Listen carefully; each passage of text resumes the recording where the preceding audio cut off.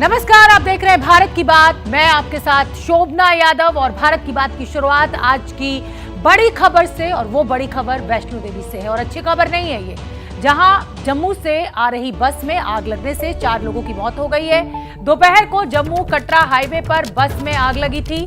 रियासी के जिला प्रशासन का कहना है कि बस में आग लगने से यह हादसा हुआ है। आग लगने के पहले कोई धमाका नहीं हुआ। हादसे में करीब 18 लोग झुलस गए हैं। हादसा कैसे हुआ, इसको लेके तस्वीर साफ नहीं है।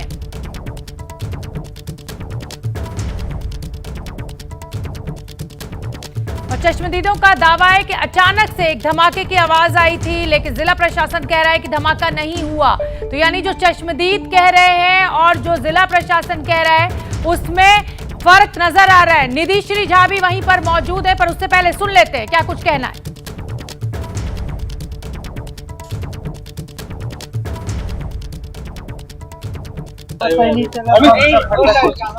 बम फटा था।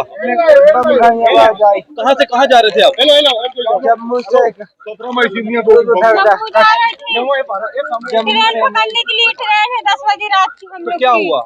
एकदम से बस में ब्लास्ट हो गया। उसके बाद कितने लोग थे उस गाड़ी में? बहुत सारे लोग थे, अंदर है जले जले।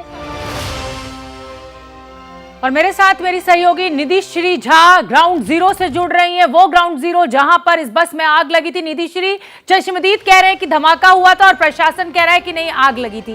क्या असलियत क्या है, सच क्या है? जी बिल्कुल शोभना, सबसे पहले मैं आपको शुरुआती जानकारी दे दूं। अभी जो मैं तस्वीर देख सकती हूँ, कॉर्डन ऑफ कर दिया गया है पुलिस की तरफ से। चूंकि प्रथम दृष्टया पुलिस ये कह रही है कि इस घटना के पीछे कोई भी आतंकी साजिश नहीं है, इस वजह से ये स्पेकुलेशन, ये कहना जल्दीबाजी होगा कि इसमें कोई आतंकी घटना या आतंकी साजिश है।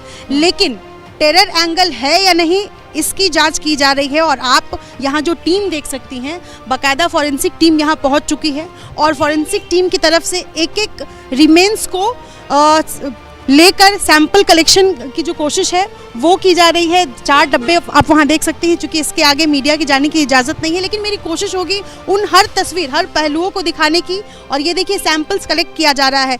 कुछ भी सस्पेक्टेड चीज़ें तो नहीं है, बस रिमेन्स के अलावा कुछ भी एक्सप्लोसिव कंटेंट तो नहीं है जिसका इस्तेमाल किया गया है।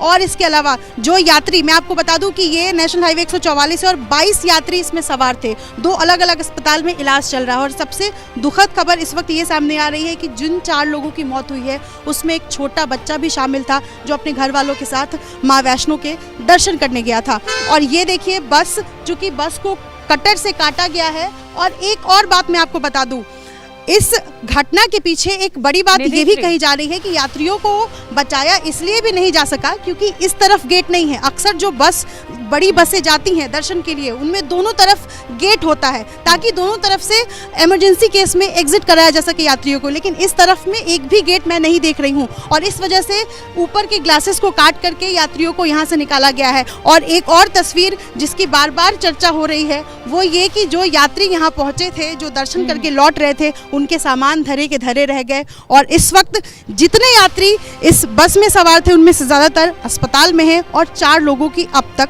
मौत हो चुकी है। फिलहाल पुलिस जो है वो इन्वेस्टिगेशन का काम जारी कर रही है। जी बहुत बहुत धन्यवाद निधि श्री, ये तस्वीरें हम तक पहुंचाने के लिए। और प्रशासन जो है वो जांच में जुटी हुई है। एक एक साक्ष्य को वहां से एकत्रित किया जा रहा है ताकि ये पता लगाया जा सके कि क्या ये कोई आतंकी हमला है। और आगे बढ़ेंगे। और देश में सर्वे को लेकर भी संग्राम छिड़ा हुआ है। कल ही वाराणसी की कोर्ट ने आदेश दिया, जिसके बाद कल से ज्ञानवापी का सर्वे होना है।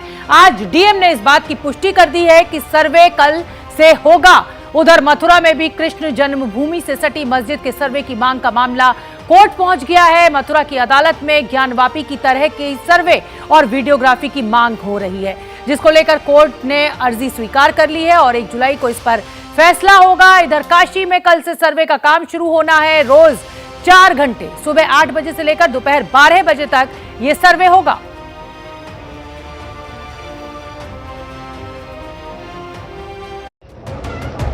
पीछे से बड़े भाई सामने सर।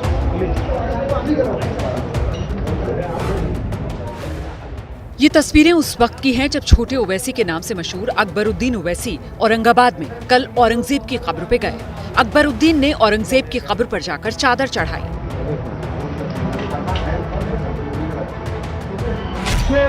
और फिर मंच से आक्रामक भाषण दिया। लेकिन अकबरुद्दीन ओवैसी के भाषण से ज्यादा सियासी गलियारों में कब्र वाली तस्वीरों पर चर्चा है। शिवसेना इसी बहाने छोटे ओवैसी को घेर रही है। लेकिन आप महाराष्ट्र में आकर उसी औरंगजेब के कब्र के ऊपर बैठेंगे और नमाज पढ़ोगे या और कुछ आपकी रस्में करेंगे, तो ये महाराष्ट्र को चैलेंज देने की बात है। ठीक है, हमने चैलेंज स्वीकार लिया है, समझ लो। फिर औरंगजेब भी इस मिट्टी में हमने गाड़ दिया था, और जो औरंगजेब के भक्त हैं, जो राजनीति करना चाहते हैं, उनका भी यही हाल होगा। शिवसेना के बयान से अलग बीजेपी को इसी बहाने मौका मिल गया है। महाराष्ट्र सरकार को लोगों की आवाज दबाने के लिए, बंद करने के लिए, लोगों पर राजद्रोह लगाने का बड़ा शौक है। अगर इतनी हिम्मत है तो ओवैसी पर लगाइए राजद्रोह। हजारों लाखों हिंदुओं के मंदिर तोड़े, हिंदुओं को पीड़ित प्रताड़ित किया, यानी इस मुल्क के साथ सही मायने में गद्दारी की औरंगजेब ने। और इसी औरंगजेब के कब्र में मत्था टेकने वाले ओवैसी को आप छोड़ दोगे? जो मुंबई में कल आपकी सभा है, अगर आप हिंदुत्व का नारा देते हैं तो उस सभा की शुरुआत श्री राम भगवंता बजरंगबली और हनुमान चालीसा का पाठन कर आप सभी की शुरुआत करेंगे कि संभाजी नगर में औरंगजेब के कब्र पे फूल बरसाने जाएंगे? ये महाराष्ट्र का, देश के हिंदू का आपको एक सवाल है। मुगल शासक औरंगजेब चर्चा में आज इसलिए हैं क्योंकि दावा किया जाता है कि औरंगजेब के समय में ही काशी में विश्वनाथ मंदिर को तोड़ा गया और ज्ञानवापी मस्जिद बनाई गई। कल ही कोर्ट ने ज्ञानवापी के सर्वे का आदेश दिया और कल ही छोटे ओवैसी औरंगजेब की कब्र पर फूल चढ़ाने पहुंच गए। काशी से लेकर मथुरा तक मंदिर मस्जिद विवाद में एक नाम कॉमन है, मुगल शासक औरंगजेब का। दावे के मुताबिक औरंगजेब ने ही मंदिर तोड़कर मस्जिद बनवाई थी। और राजनीति देखिए, जिस दिन ज्ञानवापी के सर्वे का आदेश हुआ उसी दिन मुसलमानों के बड़े नेता असुद्दीन ओवैसी के छोटे भाई अकबरुद्दीन ओवैसी औरंगजेब की कब्र पर गए, जिसको लेकर राजनीति गर्मा गई है। और हम आपको बता दें कि बिहार से हमें बड़ी खबर मिल रही है, और बड़ी खबर आपको पहले बता देते हैं, जहां नितिन गडकरी के कल के सरकारी कार्यक्रम के लिए जो पोस्टर और निमंत्रण पत्र छपे हैं उसमें नीतीश कुमार का नाम नहीं है। गडकरी कल 14 मई को कोइलवर पुल के 3 लेन पुल का उद्घाटन करने जा रहे हैं, और जो निमंत्रण पत्र छपे उसमें नितिन गडकरी का ही नाम गायब है।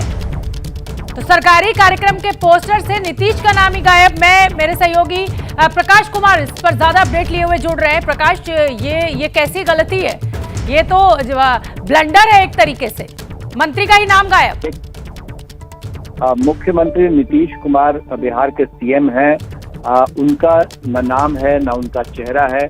अगर निमंत्रण पत्र पर देखेंगे तो बिल्कुल खाली है, और सिर्फ नितिन गडकरी, इसके अलावा जो आरके सिंह हैं, जो आरा से सांसद हैं और मंत्री हैं, केंद्र में ऊर्जा मंत्री हैं, उनका नाम है, और जनरल बीके सिंह का भी नाम है।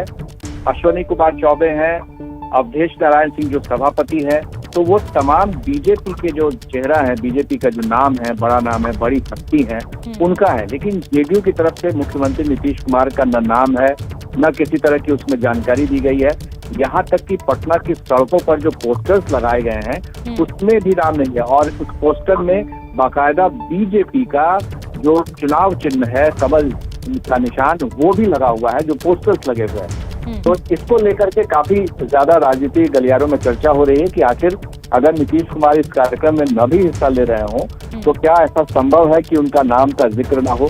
क्या अगर नीतीश कुमार के साथ कुछ गड़बड़ की 14 तारीख को अगर वो फ्री नहीं थे तो क्या नेक्स्ट डे इसको नहीं किया जा सकता था? तो ये तमाम सवाल हैं जिसको लेकर के एक बार फिर से ये चर्चा में है कि क्या एनडीए में सब कुछ ठीक ठाक है। तो ये जवाब इस माध्यम से होता है। इस बारे में बीजेपी के नेताओं से, मंत्रियों से जब पूछा गया तो वो सही जवाब नहीं दे पा रहे हैं, और ना ही जेडीयू के। बहुत बहुत धन्यवाद प्रकाश, आपका इस पूरी जानकारी के लिए। तो मुख्यमंत्री का चेहरा ही गायब है निमंत्रण पत्र से। और आगे बढ़ेंगे और बात मोहाली हमले की करेंगे। पुलिस हेडक्वार्टर में हमले के बाद आज पंजाब पुलिस ने प्रेस कॉन्फ्रेंस कर पूरी साजिश को बेनकाब किया। हमले में पाकिस्तान एंगल की अटकलें लग रही थी, जो सही भी साबित हुई।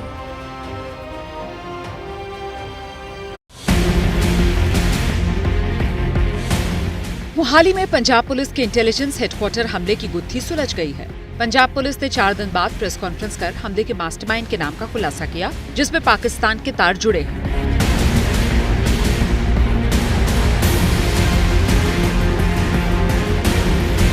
ओवरऑल आई विल से कि ये जड़ा है इंसीडेंट, ये BKI प्लस गैंगस्टर्स दा जड़ा गठजोड़ है उन्होंने कराया है एट द बिहेस्ट ऑफ पाक ISI। हमले का मास्टरमाइंड लखवीर सिंह लांडा अभी कनाडा में रहता है। लखवीर को रिंडा का करीबी माना जाता है। मोहाली में आतंकी हमले में इन दोनों की मदद पाकिस्तान की खुफिया एजेंसी ISI ने की थी और इनका मकसद दहशतगर्दी का संदेश देना था। सीमा पार की इस साजिश को अंजाम पहुंचाने वाले 6 आरोपियों को पुलिस ने गिरफ्तार कर लिया है, जबकि हेडक्वार्टर पर रॉकेट दागने वाले 2 आरोपियों समेत कुल 3 आरोपियों की खोज जारी है। 9 मई की शाम 7:45 पर पंजाब पुलिस के इंटेलिजेंस हेडक्वार्टर पर आतंकवादियों ने RPG अटैक किया था, जिसके बाद से पंजाब में सुरक्षा व्यवस्था पर लगातार सवाल उठ रहे थे। और इस समय एक बड़ी खबर देश की राजधानी दिल्ली से आ रही है। दिल्ली के मुंडका इलाके में एक फैक्ट्री में भीषण आग लगी हुई है, जिसमें एक महिला की मौत की खबर मिल रही है। फैक्ट्री में कई लोग अभी भी फंसे हुए हैं। लोगों को रस्सी के जरिए फैक्ट्री से बाहर निकालने की कोशिश भी लगातार जारी है। दमकल की 24 गाड़ियां आग बुझाने में जुटी हुई हैं। आग के बाद मुंडका रोड पर लंबा जाम लग गया है। वहीं आग लगने की वजह का फिलहाल पता नहीं चला है। हताहत की भी कोई खबर नहीं है। तो आग के बाद फैक्ट्री से एक महिला का शव मिला है। दमकल की 24 गाड़ियां लगी हुई हैं इस आग पर काबू पाने में। आप देख सकते हैं ये धुआं चलती हुई इमारत जो जोर से लपटें उठ रही हैं, उससे अंदाजा लगाया जा सकता है कि आग बेहद भीषण है। काला धुआं और हर खिड़की से ये धुआं निकल रहा है। मनोज, मेरे सहयोगी जुड़ रहे हैं ज्यादा जानकारी लिए हुए। मनोज, क्या अपडेट है आग को लेकर?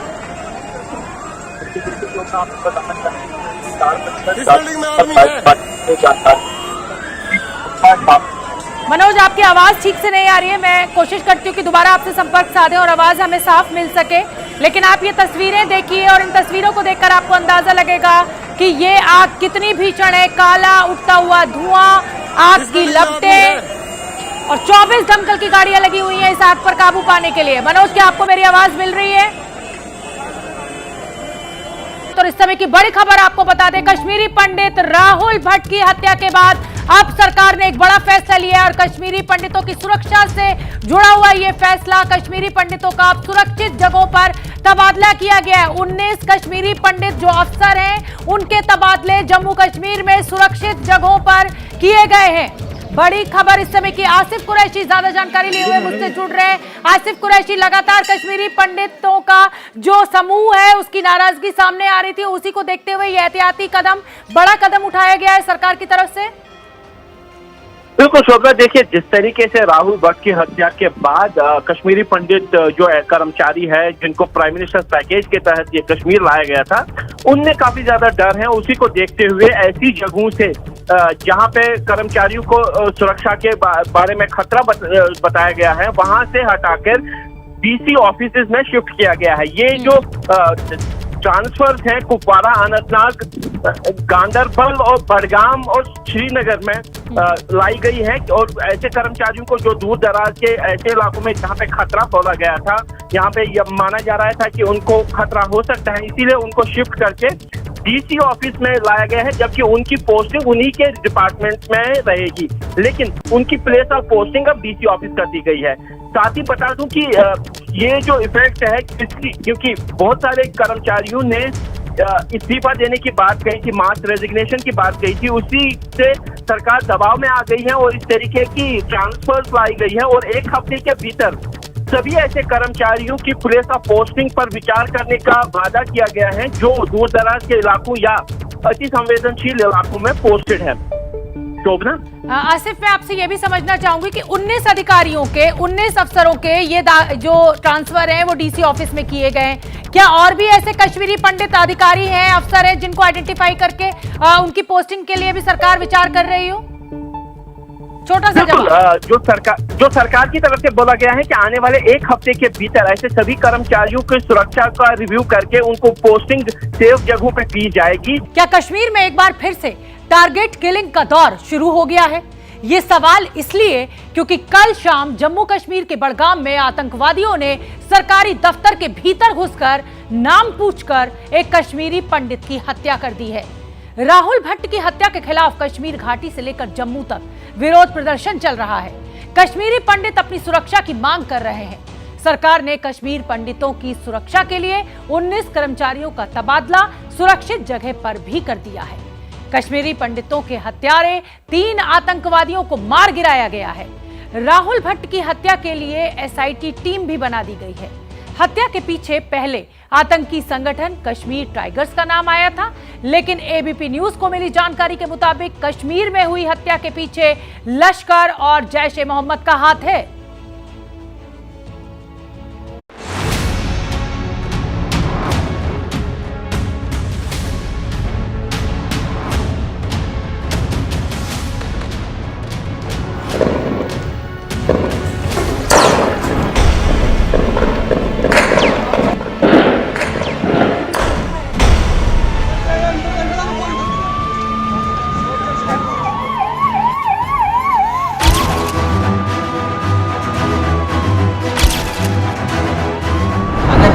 पता होता कि इसके ऊपर अटैक होने वाला है, मैं उनके पैर पड़ जाती, मैं उनके घर में झाड़ू मार लेती, पोछा मार लेती, मगर उनको बोलती इसको छोड़ दो, मैं जिंदगी भर तुम्हारी गुलामी करूंगी, मगर इनको छोड़ दो।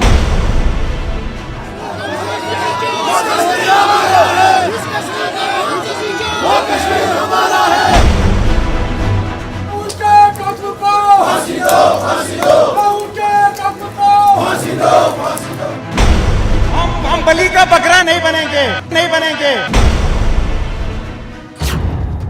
ये कश्मीरी पंडितों का गुस्सा है जो साफ कह रहे हैं कि अब हम बलि का बकरा नहीं बनेंगे। हम यहाँ से नहीं उठेंगे। इस बार कश्मीरी पंडित जा गया और जा गया। अब और राहुल भट्ट कोई नहीं मरेगा और कोई बलि नहीं चढ़ेगी। लफ्जों में गुस्से का लावा है, आंखों में हत्या के खिलाफ आक्रोश है। प्रदर्शनकारी यहाँ से आ रहे थे, वो यहाँ पे कुछ प्रदर्शनकारियों को पीटा जा रहा है, उनको पुलिस पकड़ के भी ले जा रही है। यानी जो प्रदर्शनकारी अभी तक जो सिटिंग पे बैठे थे, जैसे ही उन्होंने आगे मार्च करने की कोशिश की तो उनको रोकने के लिए पुलिस को बल का प्रयोग करना पड़ा। पेपर ग्रेनेड्स वगैरह का भी इस्तेमाल हो रहा है, टीयर गैसिंग का भी। हमारी आंखों में भी वो आंसू गैस के गोले का धुआं लग रहा है। पूरे जम्मू कश्मीर में एक के बाद एक होती हत्या की घटनाओं के खिलाफ कश्मीरी पंडित सड़क पर उतर आए हैं, जो पूछ रहे हैं कि कब तक और कितने राहुल कश्मीर में मारे जाएंगे। जो आपने ढिंडोरा पीट रखा है, यहाँ पे सब ठीक है, यहाँ कुछ भी ठीक नहीं। हर दिन कोई ना कोई मर रहा है, और जो नहीं मर रहे वो टेंशन से मर रहे हैं। जम्मू कश्मीर से लेकर बडगाम तक राहुल भट्ट के लिए इंसाफ मांगा जा रहा है। सब खत्म हो गया, अब बचा ही क्या बोले नहीं, अब बचा ही क्या बोले। बुढ़ापे में बचा होता है सारा माँ बाप का, वही चला गया, अब क्या बोलूं। क्या मदद पाने, क्या हो गया बेचारे को, फिर वापस बेचारा चला गया। बेचारा क्या करो, इतना इज्जत है उसको बेचारे को, क्या करो, क्या कहूँ।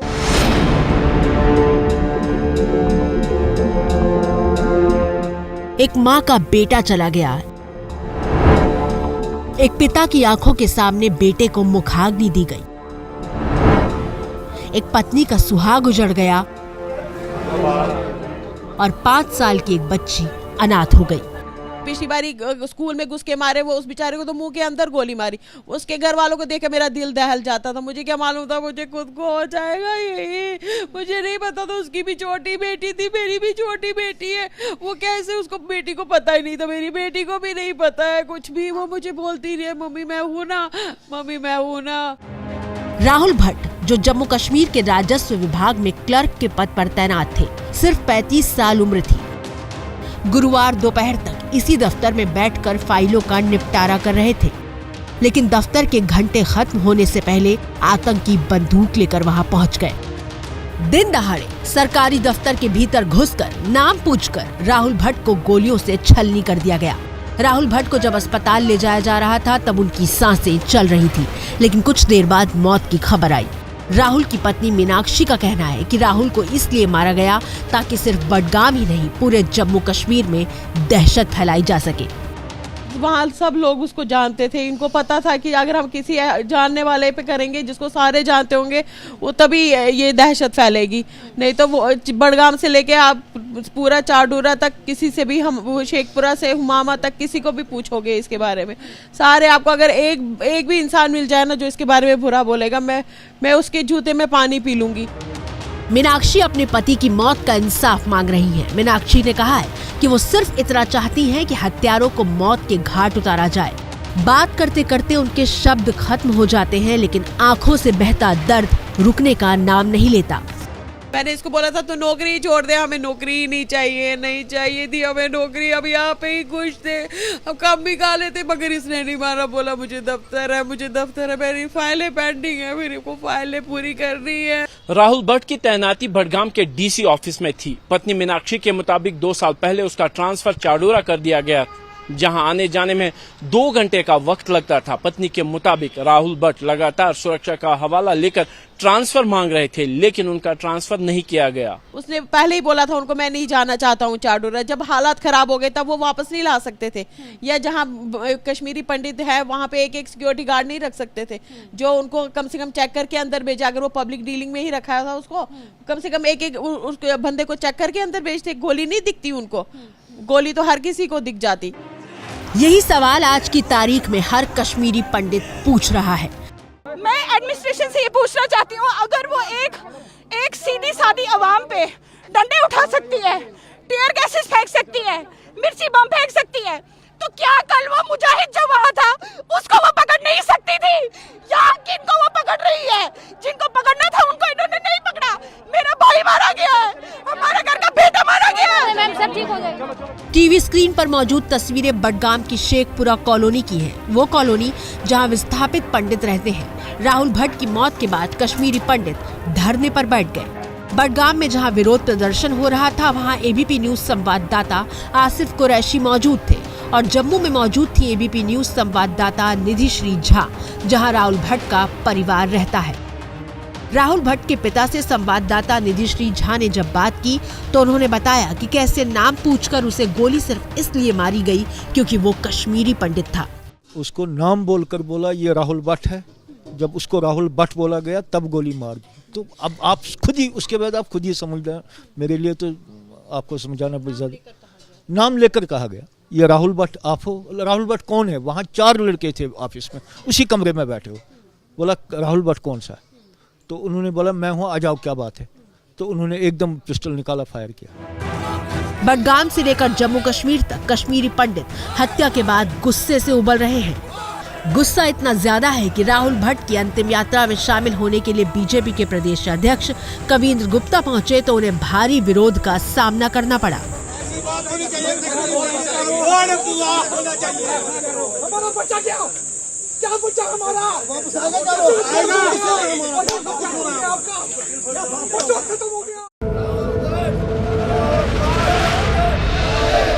राहुल भट्ट का जब अंतिम संस्कार किया जा रहा था उस वक्त वहां राहुल भट्ट अमर रहे के नारे लग रहे थे।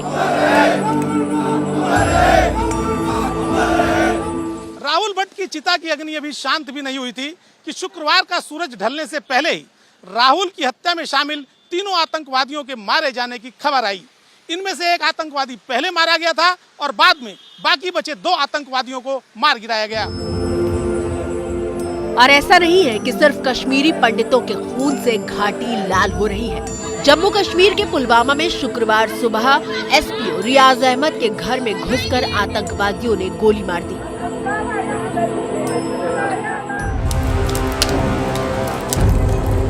चौबीस घंटे के भीतर कश्मीर में हत्या की 2 घटनाएं हुई। राहुल भट्ट की हत्या की जिम्मेदारी कश्मीर टाइगर्स नाम के आतंकी संगठन ने ली थी, लेकिन अंतर्राष्ट्रीय स्तर पर खुद को बचाने के लिए ये पाकिस्तानी खुफिया एजेंसी ISI की एक चाल है।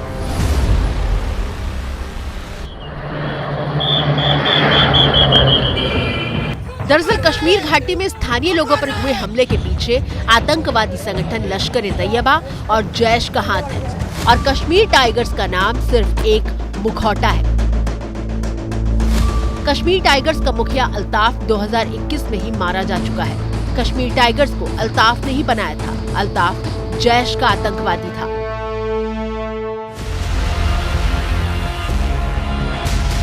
तेरह दिसंबर 2021 को कश्मीर के पंपोर इलाके में जम्मू कश्मीर पुलिस की बस पर आतंकी हमला हुआ था, और इस हमले की कश्मीर टाइगर्स नाम के नए आतंकी संगठन ने जिम्मेदारी ली थी। खुफिया एजेंसी के एक आला अधिकारी ने बताया कि कश्मीर टाइगर्स नाम के इस संगठन को जैश-ए-मोहम्मद के आतंकवादी मुफ्ती अल्ताफ उर्फ अबूजार ने बनाया था। अबूजार पहले अनंतनाग इलाके में एक मदरसा चलाया करता था, साथ ही आतंकवादियों के लिए ओवरग्राउंड वर्कर के तौर पर भी काम किया करता था। साल 2020 में अबूजार अपने परिवार के साथ गायब हो गया था, और इसके बाद वो जैश-ए-मोहम्मद के आतंकवादी के तौर पर सामने आया। खुफिया सूत्रों ने बताया कि इस हमले के फौरन बाद अल्ताफ के घर पर छापेमारी की गई, लेकिन वो नहीं मिला। पता चला कि आतंकी संगठन जैश में शामिल होने के बाद वो वापस ही नहीं आया, लेकिन सुरक्षा और खुफिया एजेंसियों ने अल्ताफ को खोज निकाला और 30 दिसंबर की रात उसे उसके 2 साथियों समेत नौगाम अनंतनाग में हुए एनकाउंटर में मार गिराया गया। खुफिया सूत्रों के मुताबिक साल 2021 में 4 नए आतंकी संगठन पाकिस्तान के इशारे पर ही बनाए गए थे। इनमें TRF, People's Anti Fascist Front, Lashkar e Mustafa और कश्मीर टाइगर्स का नाम शामिल था। खुफिया सूत्रों के मुताबिक कश्मीर में राहुल भट्ट और एसपीओ की हत्या में जो मोडस ऑपरेंडी सामने आई है, वो आतंकवादी संगठन लश्कर-ए-तैयबा की मानी जाती है, जो हिट एंड रन में माहिर माने जाते हैं। इस घटना में शामिल एक आतंकवादी की पहचान भी कर ली गई है। खुफिया सूत्रों के मुताबिक भारतीय नाम वाले आतंकवादी संगठन पाकिस्तानी खुफिया एजेंसी ISI के इशारे पर इसलिए बनाए जाते हैं जिससे अंतर्राष्ट्रीय स्तर पर पाकिस्तान को विरोध का सामना न करना पड़े, जबकि वास्तविकता में इन मुखौटा संगठनों की कमान ISI, जैश-ए-मोहम्मद और लश्कर के पास ही रहती है।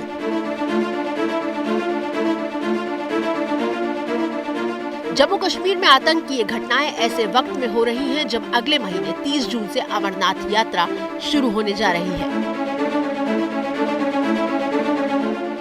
जम्मू कश्मीर में लगातार आतंक के खिलाफ ऑपरेशन को अंजाम दिया जा रहा है। दरअसल अमरनाथ यात्रा को दहलाने के मकसद से पाकिस्तानी घुसपैठ तेज हो गई है। घुसपैठ के लिए आतंकी सुरंग का इस्तेमाल भी कर रहे हैं, और इन सुरंगों को पाकिस्तान की फौज की देखरेख में पेशेवर इंजीनियरों की मदद से तैयार किया जा रहा है। अमरनाथ यात्रा को लेकर सुरक्षा के ऐसे चाक चौबंद इंतजाम किए जा रहे हैं ताकि आतंकियों के हर मंसूबे को ध्वस्त किया जा सके। 2 साल बाद होने जा रही अमरनाथ यात्रा को लेकर केंद्रीय गृह मंत्रालय में हुई बैठक में ड्रोन हमले को लेकर विशेष चिंता जाहिर की गई। साथ ही वहां पर एंटी ड्रोन सिस्टम लगाने पर भी चर्चा हुई।